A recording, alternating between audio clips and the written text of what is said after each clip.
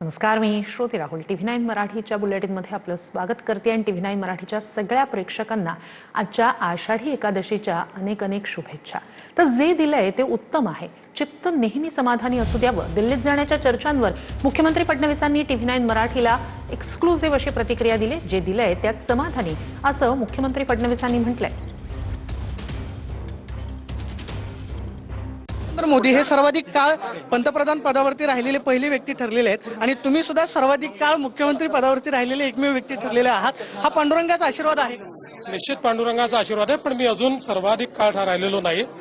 तिसरा माझा क्रमांक आहे।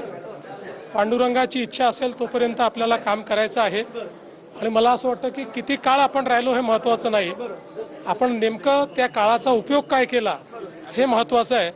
आणि मला विश्वास आहे की पांडुरंगाच्या कृपेनं अनेक चांगली कामं माझ्या हातून होतील। बहुमात्र अशी एक चर्चा आहे, पांडुरंगाचा जर आशीर्वाद मिळाला, दिल्लीत काम करण्याची संधी मिळाली किंवा देशाचं नेतृत्व करण्याची संधी मिळाली तर जे दिलं आहे ते उत्तम आहे।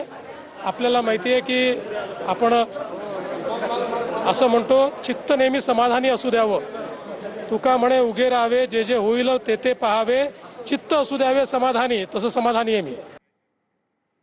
राज्यात चांगला पाऊस पडू दे, बळीराजाला दिलासा मिळू दे, फडणवीसांनी विठुमाऊलीच्या चरणी हे साकडं घातलंय। शेतकऱ्यांच्या जीवनात आनंद येऊ दे, विठुमाऊलीच्या चरणी मुख्यमंत्री फडणवीसांनी हे साकडं घातलं।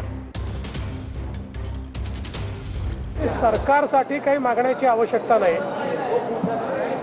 मला असं वाटतं की पांडुरंगांना आपल्या मनातलं कळतं, पण एक गोष्ट मात्र इथे आल्यानंतर मी सातत्याने मागत असतो, कारण ही जी आषाढीची पूजा आहे ही खरीपाच्या हंगामात होत असते आणि खरीपाचा हंगाम चांगला झाला तर राज्यात शेतकरी सुखी होतात आणि राज्यही सुखी होतं।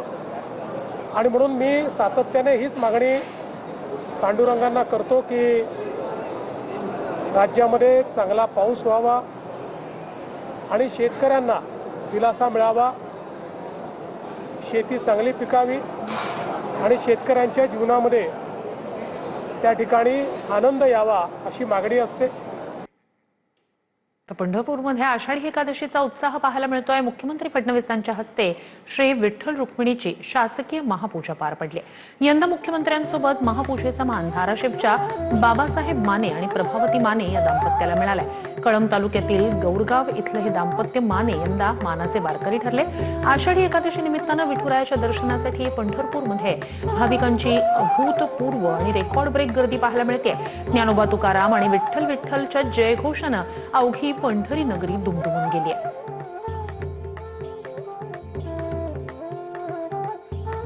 या सगळ्या संदर्भात थेट आपण जाणून घेणार आहोत आपले प्रतिनिधी प्रदीप कापसे यांच्याकडनं। प्रदीप, हे दृश्य आपण पाहतोय, विठुरायाच्या चरणी मुख्यमंत्र्यांनी साकडं घातलंच आहे आणि ही अवघी पंढरी नगरी जी आहे ती वारकऱ्यांनी आज फुलून गेलेली आहे। असं म्हणतात की आधी रचिली पंढरी मग वैकुंठ नगरी, आणि कदाचित याचाच प्रत्यक्ष अनुभव आता तुम्ही घेत असाल।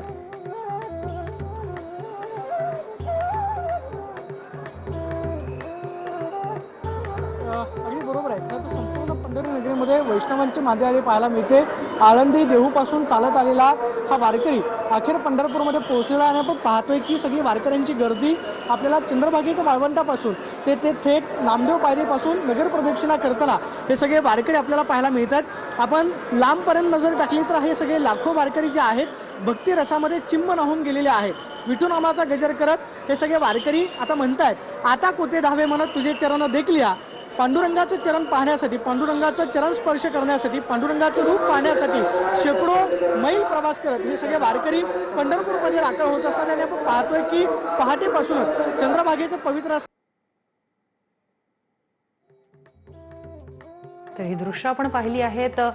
खरं तर ज्या क्षणाची वाट वर्षभर वारकरी पाहत असतात तो आजचा दिवस जणू या विठुरायाचं दर्शन घेऊन धन्य धन्य झालो अशी भावना या सगळ्या वारकऱ्यांची असते।